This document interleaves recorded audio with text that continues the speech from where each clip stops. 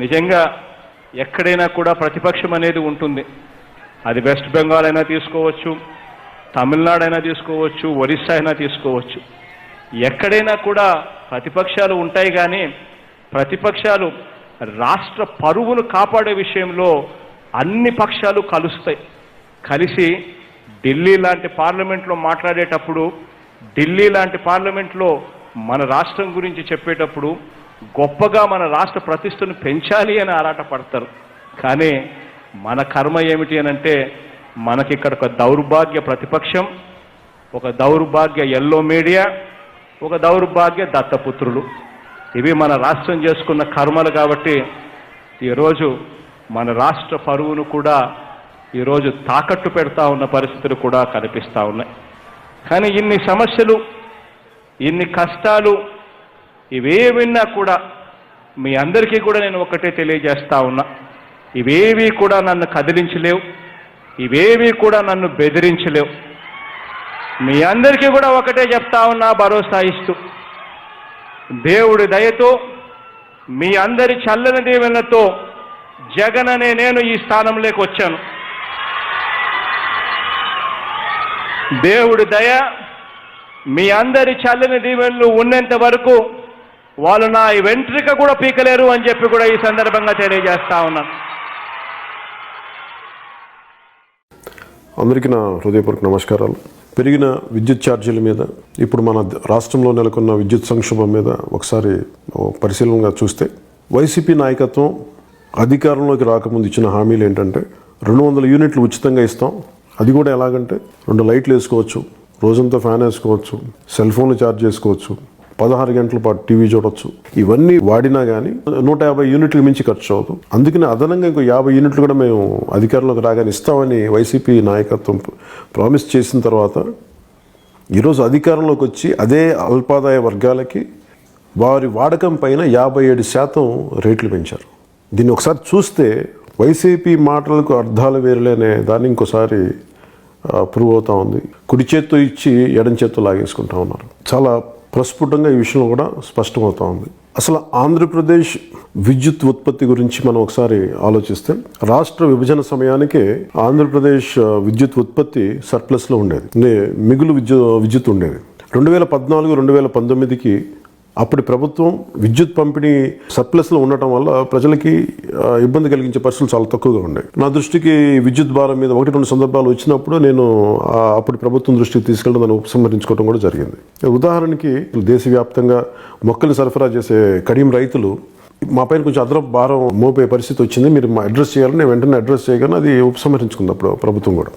మొన్న power purchase cancellation పరిస్థితుల నుంచి నిన్న ప్రభుత్వం ప్రకటించిన పవర్ హాలిడే వరకు వారి ప్రకటనలపై, వారి విధానాలని చాలా సునిశ్చితంగా పరిశీలిస్తే మనకి విద్యుత్ సంక్షోభం ఏ స్థాయిలో ఉందో మనకు అర్థమవుతూ ఉంటుంది. అలాగే పల్లెల్లో 11-14 గంటల వరకు కరెంటు కోత, పట్టణాల్లో 5-6 గంటలు, నగరాల్లో 4-6 గంటల వరకు విద్యుత్ కోత. సంక్షోభం ఏ స్థాయికి వెళ్ళిపోయింది అంటే హాస్పిటల్స్లో కూడా విద్యుత్ కొరత నెలకొన్న సందర్భం. అలాగే ఆపరేషన్స్ చేసేటప్పుడు అసలు విద్యుత్ లేని పరిస్థితుల్లో సెల్ ఫోన్ లైట్లతో కూడా ఆపరేషన్ని పూర్తి చేసే పరిస్థితులు ఎన్నో సందర్భాలు మనకి కళ్ళ ముందు కనిపిస్తూ ఉన్నాయి. ఈ విద్యుత్ కోతల వల్ల ముఖ్యంగా విద్యార్థులు చాలా ఇబ్బంది పడుతూ ఉన్నారు. పరీక్షల సమయం వాళ్ళకి అసలు ఎప్పుడు కరెంటు పోయొద్దో తెలియని పరిస్థితి, ఈ వేసవి కాలం. అలాగే గృహ సముదాయంలో మోటార్లు పనిచేయకపోవడం వల్ల నీళ్లు రాక అదొక విచిత్రమైన, చాలా కష్టమైన పరిస్థితులు. అలాగే ఇళ్లలో కరెంట్ లేక రైల్వే స్టేషన్లోను, బస్ స్టాండ్లో కూడా పడుకునే వార్తలు మనం చూస్తూ ఉన్నాం. ఇప్పుడు ఈ సంక్షోభం నిన్న ప్రకటనతో ఏ స్థాయికి వచ్చింది అంటే, వైసీపీ ప్రభుత్వం వచ్చినప్పటి నుంచి కొత్త పరిశ్రమలు లేవు, ఉద్యోగాలు లేవు, ప్రామిస్ చేసిన జాబ్ క్యాలెండర్ ఇవ్వలేదు, పరిశ్రమలు రానివ్వలేదు, అప్పులు చేసేసారు. వీటితో పాటు అదనంగా 36 లక్షల మంది మధ్య తరహా పరిశ్రమలు కానీ, పెద్ద తరహా పరిశ్రమలు కానీ ఉన్న పరిశ్రమల్లో కూడా ఈ పవర్ హాలిడే ప్రకటించడం వల్ల, అంటే వారానికి 1 రోజు సెలవు తీసుకున్న పరిశ్రమలకు మీరు 2 రోజులు సెలవు తీసుకోండి, అలాగే మీకు నిర్దేశించిన విద్యుత్లో కూడా 50% వరకే మీరు వాడాలి అని చెప్పి ఈ రోజున 3 షిఫ్టులతో పనిచేసే పరిశ్రమలు కూడా ఈ రోజున 1 షిఫ్టు లేదంటే 1.5 షిఫ్ట్కి వచ్చే పరిస్థితికి వచ్చేసింది. దీనివల్ల ఏ పరిస్థితికి వెళ్ళిపోయింది, 36 లక్షల మంది కార్మికులు ఈ రోజున వారి ఆదాయానికి పూర్తిగా గండిపడే పరిస్థితికి వచ్చేసింది. ఒకవైపు అప్పులు తెచ్చి పారిశ్రామికవేత్తలు ఈ నడుపుతూ ఉంటే, ఒకవైపు రోజువారీ పెరిగిపోతున్న ధరలు, పెట్రోల్ ధరలు, వీటన్నిటి మధ్యలో ప్రజానీకం నలిగిపోతున్న టైంలో మీరు ఈ రోజు నీకు పరిశ్రమ నడపకూడదు, కనీసం ఒక షిఫ్ట్కి మించి నడపకూడదనే పరిస్థితులు వచ్చినప్పుడు దీనికి మూల కారణం వైసీపీ లోపభూయిష్టమైన పాలసీ విధానం. ఇది తెలివితేటలు లేకో కాదు, ఇవన్నీ కావాలని, ఈ సంక్షోభానికి మూల కారకులు కావాలని తెచ్చిపెట్టింది వైసీపీ ప్రభుత్వం. గత ప్రభుత్వంలో ఉన్న పాలసీని సరిచేయాలి తప్ప మీరు క్యాన్సిల్ చేసేస్తే ఉత్పన్నమయ్యే పరిస్థితులు ఇలా.